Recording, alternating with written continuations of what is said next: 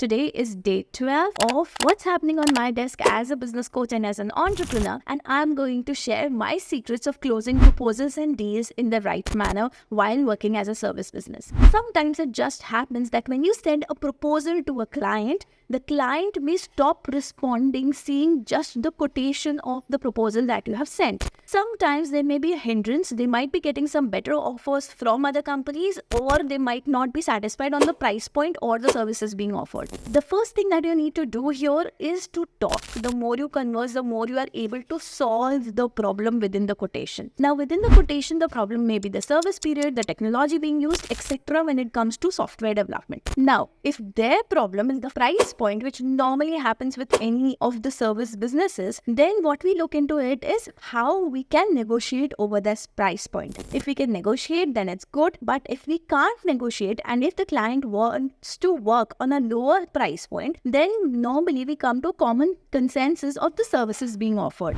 This helps us to grab the client specifically when it comes to a long-term deals. So this is how we crack AMCs in our service business. If you want more help, do let me know in the comment section what should be the next topic that I should discuss with you, with my experiences, with the things that we are doing. We would love to do that. That's for now. I'll see you in another video. Signing off, Coach Sakshi.